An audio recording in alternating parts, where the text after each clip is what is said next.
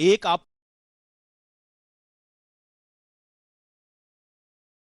रहे हैं ताकि आप आगे बढ़ें, और एक आपके लिए आइकन है, आप देख रहे हैं कि वहां तक कैसे पहुंचा जा सकता है। तो गौरव जी, आपसे ही मैं शुरुआत करना चाहूंगा, क्योंकि आपने अपने क्षेत्र में जो काम किया है उस पर मैं आज पहले आना चाहूंगा कि आप जो अभी कर रहे हैं या फिर यहां तक जो पहुंचे हैं। क्योंकि हम लोग इस सेशन में चर्चा इसी बात को लेकर कर रहे हैं कि जो शिक्षा व्यवस्था है या जो रोजगार है उसको कैसे आगे हम लोग ले जाएं, और उसमें जो चुनौतियां हैं वो बहुत बड़ी हैं। आप यहां तक कैसे पहुंचे हैं, आपका सफर कैसा रहा, सबसे पहले मैं आपसे ये जानना चाहूंगा। सभी को सबसे पहले गुड आफ्टरनून। मेरा जो सफ़र है वो बिल्कुल सीधा सा है कि मैं राजस्थान के जोधपुर ज़िले के फलोदी कस्बे से आता हूँ, और कक्षा 12 तक मैं हिंदी माध्यम से, मेरे ही जो तहसील है वहीं से मैंने पढ़ाई की। उसके बाद वहाँ से आईआईटी दिल्ली के कॉलेज में मुझे एडमिशन मिला और 4 साल मैंने वहाँ पढ़ाई की। वहाँ पे जब आगे करियर चॉइसेस के बारे में विचार चल रहा था तो वहाँ पे करियर टॉक्स होती थी, भिन्न भिन्न क्षेत्रों से लोग आते थे। तो वहाँ पे आईएएस ऑफिसर्स, आईपीएस ऑफिसर्स भी टॉक देने के लिए आए और मुझे उनकी टॉक से काफ़ी इंस्पिरेशन मिला। एंड मैंने डिसाइड किया कि मैं थर्ड ईयर में था, 6 सेमेस्टर में। उस टाइम ये डिसाइड किया कि यही रास्ता सही होगा। उसी वक्त इसकी प्रिपरेशन शुरू कर दी और 2014 में मेरा जो बीटेक है वो कंप्लीट हुआ, और उसके बाद मैंने प्रिपरेशन जारी रखी। तो पहले 2016 में मेरा रेलवेज़ में सिलेक्शन हुआ, और फिर मैंने वहाँ जॉब भी की, लेकिन मेरा जो फाइनल एम था वो आईएएस या आईपीएस कोई ऑल इंडिया सर्विस में आना था, इसलिए मैंने प्रिपरेशन कंटिन्यू रखी। एंड फाइनली 2018 में मेरा सिलेक्शन हुआ आईपीएस में, हरियाणा काडर में, और आज मैं आपके यहाँ सामने हूँ।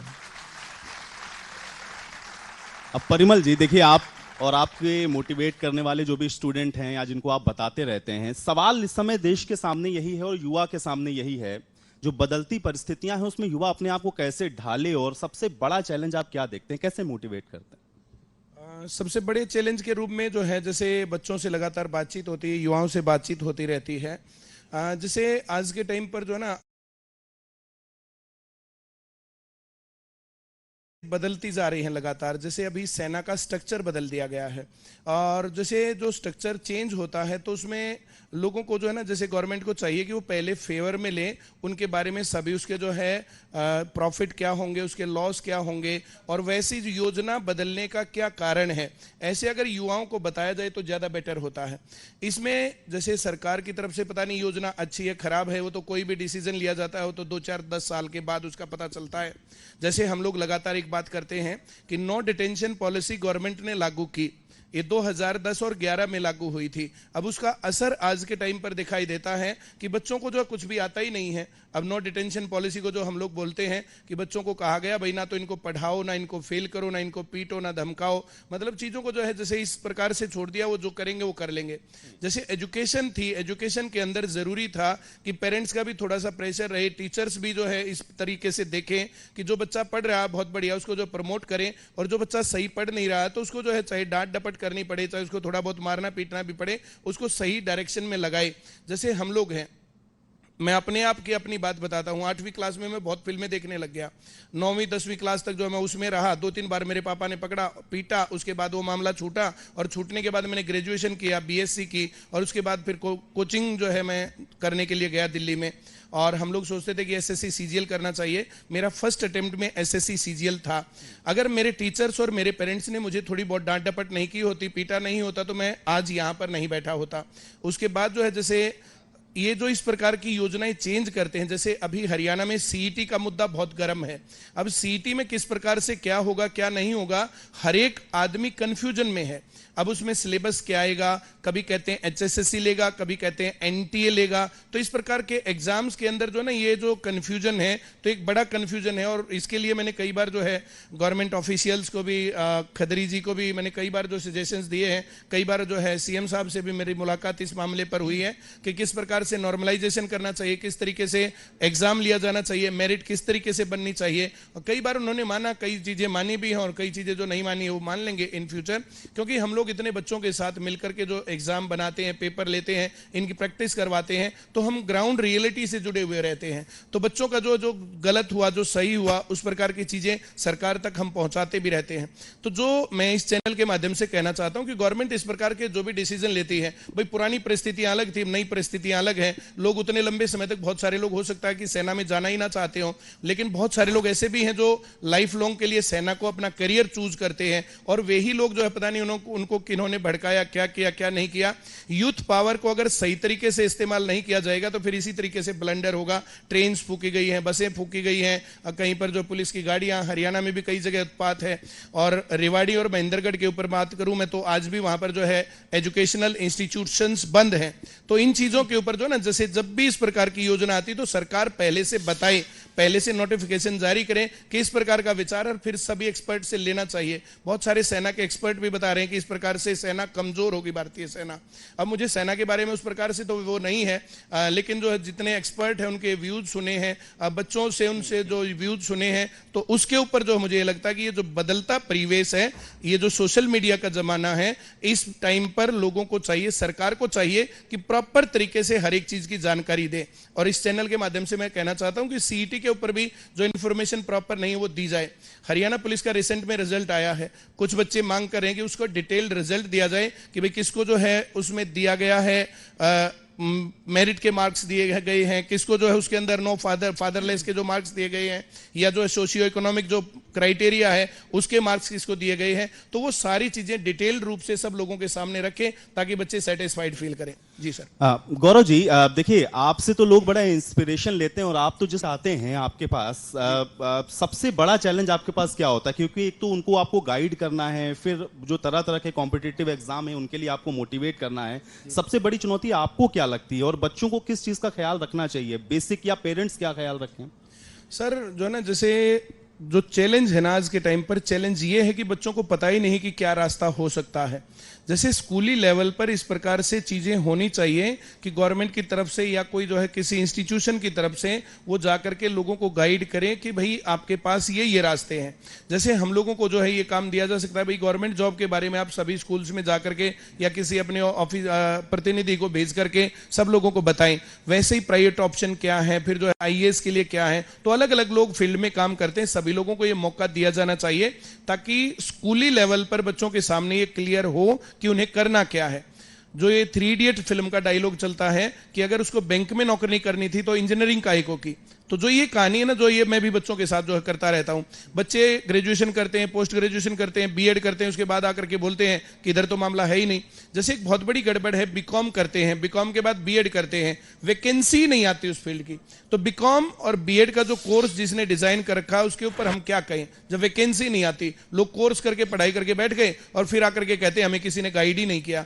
तो एक बहुत बड़ा चैलेंज ये है जो दूर होना चाहिए बच्चों का। उनको ये पता नहीं होता कि वो क्या क्या ऑप्शंस ले सकते हैं। और इसके ऊपर तो मैं कहूंगा कि कोई एग्जाम टाइप का लेना चाहिए 9वीं या 10वीं क्लास में, ताकि उनको पता रहे भाई आप जो गवर्नमेंट जॉब में ऐसे कर सकते हैं, प्राइवेट सेक्टर में ऐसे कर सकते हैं, आप एंटरप्रेन्योर बनना चाहते हैं तो ऐसे कर सकते हैं, विदेश में जाना चाहते हैं तो ऐसे कर सकते हैं। उनको सभी ऑप्शंस की पूरी जानकारी दी जानी चाहिए और उसको एज कोर्स पढ़ाया जाना चाहिए। अगर ऐसा होगा तो चाहे कोर्स में पास होने के नाम पर ही, लेकिन उन लोगों को सभी बातों का पता हो जाएगा और फिर वे सही समय पर अपना डिसीजन ले लेंगे। कुछ लोग अब भी ऐसे आते हैं कि जो है जिनकी एज 30+ है, अब 30+ एज में उन लोगों को वहां तक जो है डिग्री पता ही नहीं था करना क्या क्या नहीं करना है, और पीएचडी के लोग जो ऐसे ही घूम रहे हैं। एक मेरा फ्रेंड है जो है, और एससी कैटेगरी से था, इंटेलिजेंट भी था, आज भी जो है पीएचडी करने के बावजूद भी जो है बेरोजगार है। तो हम लोग जो इस प्रकार से जो चीजें जो है बाजार जो है सोसाइटी में, समाज में, और ये सारी चीजें देखते हैं, तो उन चीजों के ऊपर ही हम बच्चों को गाइड करते हैं। जितनी हमारी रीच होती है भाई, हम लोग न्यूज़पेपर के अंदर उसको ऐड लगा लो या लोगों को जो है जागृति का माध्यम लगा लो। अब फेसबुक के ऊपर, अब आप लोगों के साथ भी हम लोग मिलकर के जो है, आप बहुत अच्छा कार्यक्रम करते हैं, बहुत ज्यादा लोग जो है आपके प्रोग्राम को देख करके जागरूक होते होते हैं।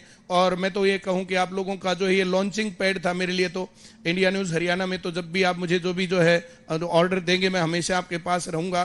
कितने बच्चों को जो है, जैसे पूरा हरियाणा आज इस प्रोग्राम को देख रहा है, तो ये प्रोग्राम जो है अलग अलग तरीके से जो है लोगों को पता चलता है कि भाई इस तरीके से हम कर सकते हैं। जब मेरा प्रोग्राम चलता था इंडिया न्यूज़ हरियाणा पर, तो लोग जो है ऐसे रामायण महाभारत की तरह देखते थे कि कैसे पाएं सरकारी नौकरी।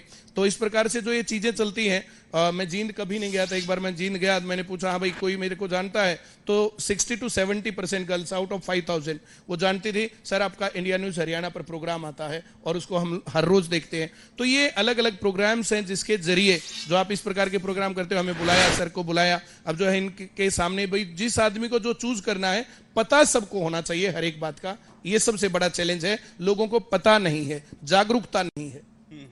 अच्छा गौरव जी, देखिए क्या आपकी फील्ड तक पहुंचने के लिए और इसके अलावा बच्चों को क्या बचपन से पेरेंट्स की भी एक गाइड या उस दिशा में मोटिवेट करना चाहिए? ये लोग कैसे अपने आप को तैयार करें इस चीज के लिए, थोड़ा सा अगर इसको और विस्तार से बता दें आप। ये एक चीज़ जो आप कह रहे हो पेरेंट्स की गाइडेंस और आपके फ्रेंड्स, आपका एटमॉस्फेयर कैसा है, ये बहुत ही ज़्यादा इंपॉर्टेंट रोल प्ले करता है। क्योंकि आप जब इस प्रकार का निर्णय लेते हैं कि आप देश के सबसे बड़े कंपटीशन की तैयारी करेंगे, तो उसमें ये चीज़ ज़रूरी होती है कि आपका दिमाग जो है किसी और चीज़ में डाइवर्ट ना हो। इस चीज़ के लिए ज़रूरी है कि जो आपके आसपास के लोग हैं वो आपको किसी भी प्रकार की चिंता हो, कुछ भी हो, तो उसमें आपको एड्रेस कर सकें। और ख़ास करके जब आप इस मार्ग पे चलते हो तो ये बहुत धैर्य की आवश्यकता होती है, बहुत पेशेंस का काम है। कई बार इसमें असफलता भी हाथ लगती है तो उससे भी तनाव आता है। इसलिए ये ज़रूरी है कि आप ऐसे लोगों से घिरे रहें जो आपको हमेशा सकारात्मक बातें कहें, ना कि नकारात्मक बातें। जैसे मैं उदाहरण दूंगा कि आप जब भी किसी प्रकार की तैयारी करोगे, चाहे कोई भी एग्ज़ाम हो, तो आपके पीछे कुछ लोग ऐसे पड़े होंगे जो आपसे पूछते रहेंगे अभी तक तो तैयारी कर रहा है, नौकरी नहीं लगा, कितने दिन तक तैयारी करता रहेगा, कब तक पढ़ता रहेगा, अरे अब तो 25 का हो गया, अब तो 30 का हो गया, अब भी नहीं कमा रहा, घर पे बाहर बना बैठा है, अभी तक इसकी शादी नहीं हुई। इस प्रकार की 100 बातें वो करते रहेंगे। वो हमेशा एक नकारात्मक बातें होती है और उसी से दूर रहने के लिए, चाहे अगर वो हमारे परिवार के हमारे सबसे क्लोज लोग भी अगर ऐसी बातें कहें, हमें उनसे दूर रहना है, ये दिमाग में पक्का कर लें। क्योंकि कॉलेज के निकलने के बाद, जब मैं कॉलेज में निकला था उसके काफ़ी समय तक मैं अपने घर पर बैठा रहा था, तब भी लोग जो आस पड़ोस के लोग होते थे वो इस प्रकार के प्रश्न उठाते थे। और फिर जब मैंने एग्ज़ाम दिया इसका यूपीएससी का, तो पहले 2 अटेम्प्ट में फेल हो गया था। तो उस टाइम भी कई बार तो जो घर के बहुत महत्वपूर्ण सदस्य हैं वही इस पर टिप्पणी करते थे कि ये लड़का अब क्या करेगा, ये तो आईआईटी में पढ़ के साइंटिस्ट बन गया, अब इससे और कुछ नहीं हो सकता। तो इसी प्रकार की नकारात्मकता से दूर रहना ज़रूरी है। और जब आपने तय कर लिया है कि आप ये चीज़ करेंगे, तो आपको अपना पूरा का पूरा कंसंट्रेशन, अपना मन उसमें लगा के बाकी सब चीज़ों को, चाहे वो सोशल मीडिया हो चाहे कुछ भी हो, दूसरा क्या कर रहा है उससे हमें किसी प्रकार का सरोकार नहीं होना चाहिए। अपना रास्ता है ये, उसके लिए आपको जहाँ मार्गदर्शन चाहिए, जहाँ से मिल सकता है, चाहे इंटरनेट से मिले, चाहे किसी व्यक्ति से मिले, चाहे किसी कोचिंग से मिले, जहाँ से भी वो मार्गदर्शन मिले उसको लेके उसी दिशा में बढ़ना चाहिए। और बाकी उस दिशा से जो इधर उधर भटकाता है उसको अवॉइड करना चाहिए। अच्छा परिमल सर, देखिए जो बात अभी गौरव जी ने कही बड़ी इंपॉर्टेंट है, क्योंकि हम लोग अपने बच्चों को या पेरेंट्स ये तो बताते हैं कि आपको सक्सेस होना है, लेकिन अगर सक्सेस नहीं हुए तो उससे डील कैसे करना है ये कोई नहीं बताता। क्या ये भी एक बड़ी चुनौती है कि बच्चों का मोराल डाउन करने वाले तो बहुत सारे लोग हैं, अब कौन करे? और जो पॉलिसीज हैं क्या उसमें भी कुछ चेंजेस होने चाहिए? जैसे आपने कहा कि बहुत सारी चीजें क्लियर ही नहीं है कि आदमी को करना क्या है, उसने बीए कर लिया, एमए कर लिया, बाद में समझ में नहीं आ रहा अब कॉम्पिटेटिव एग्जाम में कैसे जाए। तो क्या ये बड़े चैलेंजेस हैं? और दूसरा ये है कि डील करना बच्चों को कैसे सिखाएं, क्या ये भी एक बड़ी चुनौती के तौर पर आप देखते हैं? देखिए सर, ये बहुत बड़ा चैलेंज है और बच्चे जो है ना डिमोटिवेट फील, जो आजकल जो है ना एक जो फैशन है ये कि मैं डिप्रेशन सा फील कर रहा हूं, मेरे को अच्छा सा नहीं लग रहा, ये फैशन हो गया है। किसी और से देखो सर, मैं सवाल कर रहा हूं और सवाल करते करते मुझे एक सवाल नहीं आया तो मेरे को डिप्रेशन हो गया। मैं कमाल हो गया यार, डिप्रेशन इतनी हल्की चीज है क्या? क्यों किसी और टाइम पर बोला डिप्रेशन हो गया, अब किसी को नींद आ गई, किसी को कुछ आ गया, बोले डिप्रेशन हो गया। तो मैं तो अपने स्टूडेंट्स को इस प्रकार से बताता हूं, अब जितनी रीच मेरी है मैं वहां तक बताता हूं कि जब इस प्रकार की चीजें होती हैं, भाई हमें जो करना है, हमारी प्लानिंग हमारे पास है, दूसरा आदमी कैसे जानेगा? हमने अपनी प्लानिंग कर ली, अपने तरीके से हम सोच रहे हैं। जैसे जो प्लानिंग मेरी है सर उस तरीके से नहीं सोच सकते, और जो सर की प्लानिंग है मैं वैसे नहीं सोच सकता हूं। अब वो अपनी प्लानिंग को एग्जैक्टली मुझे नहीं बता सकते, मैं अपनी प्लानिंग उनको एग्जैक्टली नहीं बता सकता। तो उसमें होता क्या कि किसी से कभी मिले, थोड़ी देर के लिए मिले, अब उसके थॉट प्रोसेस अलग है, दूसरे का थॉट प्रोसेस अलग है, तो वो उसको बता ही नहीं सकते हैं। तो ऐसे केस में जैसे सर अभी बता रहे हैं कि घर के बहुत इंपॉर्टेंट सदस्य भी उस बात के ऊपर टिप्पणी करते हैं, तो टिप्पणी के मामले पर पहले से ही जो है ना, जैसे मैं तो ये बोलता हूं कि अपने घर वालों को पहले ही बोलो कि भैया देखो इसमें मैंने स्टार्ट कर दिया, जब तक मेरे को सक्सेस नहीं मिलेगी तब तक मैं इस पर लगा रहूंगा। अब कुछ बच्चे होते हैं, जैसे अभी हरियाणा पुलिस का रिसेंट में रिजल्ट आया, हमारे पास बहुत बच्चे होते हैं। कल एक लड़का था, उसने कहा मैं 6 महीने पढ़ा, सिलेक्शन हो गया। कल परसों एक लड़का अंबाला से आया था, उसने कहा कि मैं 4 साल पढ़ा तब मेरा सिलेक्शन हुआ। लास्ट वीक में एक स्टूडेंट आया था, उसने कहा मैं 13 साल पढ़ा, सिरसा से एक लड़का, याद है भाई तुम लोगों को? कुछ 6 महीने के थे, कुछ 4 साल के थे, कुछ 13 साल। तो 13 साल में तो बोला कुरुडी के भी बावड़ा जो है, लेकिन घर की परिस्थिति और इस प्रकार की चीजें होती ना, वो जो बहुत नेगेटिव कंडीशन में थी। वो लड़का जिसको 13 साल लगे, उसका पेरेंट्स जो 7 दिन का था वो तब एक्सपायर हो गए। बूढ़े दादा दादी थे। अब बूढ़े दादा दादी थे तो उसके कारण से जो है, अब वो ना तो उसके पास फाइनेंशियल बैकग्राउंड था, ना उसके पास जमीन थी, घर भी अच्छा नहीं था। अब वहां से स्ट्रगल करते करते उसने कहा जब मैं छोटा सा था तो 10 रुपए दिहाड़ी करके भी मैंने जो है अपना जीवन काटा। 10 रुपए दिहाड़ी करके, और फिर उसने जो है वो लगातार लगा रहा। बोला मैं बिल्कुल हताश और निराश था। एक दिन दोपहर में जो मैं जामुन के पेड़ के नीचे बैठा था, खाना खा रहा था, तो उस टाइम पर जो है आपका एक फेसबुक लाइव आया, और वो लाइव जो है मैंने देखा। और उसके बाद जो ये कहा कि सर 2019 में, जैसे 18 में बहुत नौकरियां लगी थी, फिर 2019 में इलेक्शन के चक्कर में नौकरियां होती हैं, जैसे अब फिर जो ये मौका रहा 2024 के लिए, जो है मोदी जी ने भी 10 लाख नौकरियों का अनाउंस किया है। बाकी लोगों ने भी जो है, जैसे हरियाणा सरकार में भी, रेलवे में भी, तो चारों तरफ हम नौकरियों के बाहर है। 24 से पहले अगर नौकरियां नहीं देंगे तो फिर इनको वोट कौन देगा? तो इस तरीके से वही मौका उस टाइम पर था। तो मैंने कहा 18 से 19 इलेक्शन से पहले अगर आप लोग जो है तैयारी करेंगे तो आपके पास एक बहुत बढ़िया मौका, आप जॉब लग जाओगे। तो यही मौका इसी तरीके से हम लोग यहां पर देख रहे हैं। तो ये एक बढ़िया मौका है, इस तरीके से देखो। उस लड़के ने वो फेसबुक वीडियो देखा, देखने के बाद उसने दोबारा सोचा कि मैं एक बार दोबारा फिर प्रयास करता हूं। दोबारा उसने फिर प्रयास शुरू किया। 19 में पेपर होना चाहिए था, लेकिन वो हुआ नहीं, बाई चांस लेट हो गया। वो लड़का लगातार पढ़ता रहा और अब उसका फाइनली सिलेक्शन हुआ। नहीं, लेकिन परिमल जी क्या आपको लग रहा है, क्योंकि जो आपने चैलेंजेस बताए, क्या उसको वाकई में एड्रेस किया जा रहा है? चाहे हम लोग गवर्नमेंट के लेवल पर देखें, क्या वो पॉलिसीज आपको बनती हुई दिख रही हैं? कुछ परिवर्तन होता हुआ आपको नजर आ रहा है, या आपको लग रहा है कि न्यूट्रल है, एज इट इज, जैसे चल रहा था वैसे ही? सर देखिए, जैसे नकल की बात करते हैं हम स्कूली लेवल पर, तो नकल तो अब की बार भी बहुत हुई है। इंडिया न्यूज का ही प्रोग्राम, अगर आप लोगों को याद हो, पानीपत में बैठे थे, वहीं पर भोपाल सिंह खत्री, वो क्या नाम उनका, बोर्ड चेयरमैन जगबीर जी बैठे थे। तो मैंने उनसे पूछा आप कितनी जगह गए? तो उन्होंने कहा मैं जो है 20-22 जगह गया। तो सेंटर कैंसिल कितनी जगह किए हुए? बोला 20-22 जगह के। तो हर जगह पर जहां गए वहीं पर जो इतना गदर मचा हुआ है, तो आपको इसके ऊपर काम करना चाहिए। जैसे एजुकेशन, मैं डिप्रेस्ड हूं इस कंडीशन से कि देश की एजुकेशन के लिए जो किया जाना चाहिए था ना, वो नहीं हो रहा है। जैसे न्यू एजुकेशन पॉलिसी, तो न्यू एजुकेशन पॉलिसी में चीजों को जो है अब की बारी कर दिया था कि यूनिवर्सिटी के अंदर उनको प्राइवेट करने के रास्ते पर चला दिया गया था। उसका जो विरोध हुआ, फिर जो वापस हुआ वो डिसीजन, अब वो कब तक वापस है कब तक नहीं, ये नहीं पता। लेकिन नकल बिल्कुल बंद होनी चाहिए। फिर एग्जाम जो होते हैं उनके अंदर जो ये पेपर लीक होते हैं वो बंद होने चाहिए। एक कैलेंडर जारी होना चाहिए। तो जैसे बहुत सारी चीजें माननी भी है, ऐसा बात नहीं कि नहीं मानी है। जो खट्टर साहब हैं, तो ये बिना खर्ची बिना पर्ची, मैं ही जो इस बात का सूत्रधार था। मैंने इनको कहा था कि अगर आपको अपनी सरकार की पॉपुलैरिटी बढ़ानी है तो फिर आप जो है ये बिना खर्ची बिना पर्ची का काम करो। कई मीटिंग्स हुई, कई बार बातचीत हुई, और उसके अंदर वो काम जारी हुआ। लेकिन जो रेगुलर कैलेंडर है, रेगुलर भर्ती का कार्यक्रम है, अब ये नकल का पार्ट है, तो ये इसमें थोड़ा सा और काम करने की जरूरत है। और थोड़ा सा और काम कर देंगे तो बहुत शानदार जो है रिजल्ट जो है सामने मिलेंगे। जब पेपर अच्छे होते हैं ना, और जो है फेयर सिलेक्शन होते हैं, बिना नकल के पेपर होते हैं, तो फिर सबका पढ़ने का मन करता है। अब ये 2 साल थे, 3 साल थे इस दौर में, अब किसको पढ़ना है किसको नहीं पढ़ना, तो पढ़ाई खराब हो गई और ये एक पीढ़ी खराब हो जाती है साहब। बहुत दुख का विषय होता है फिर ये इस पर। चलिए परिमल जी, बहुत शुक्रिया, आपने अपना कीमती वक्त निकाला और हमारे बच्चों के लिए, हमारे दर्शकों के लिए इतनी अच्छी बात आपने बताई। गौरव जी, आपका भी बहुत शुक्रिया, आपने भी इतनी अच्छी बातें बताई, मोटिवेट किया लोगों को। और इसी के साथ यहाँ पर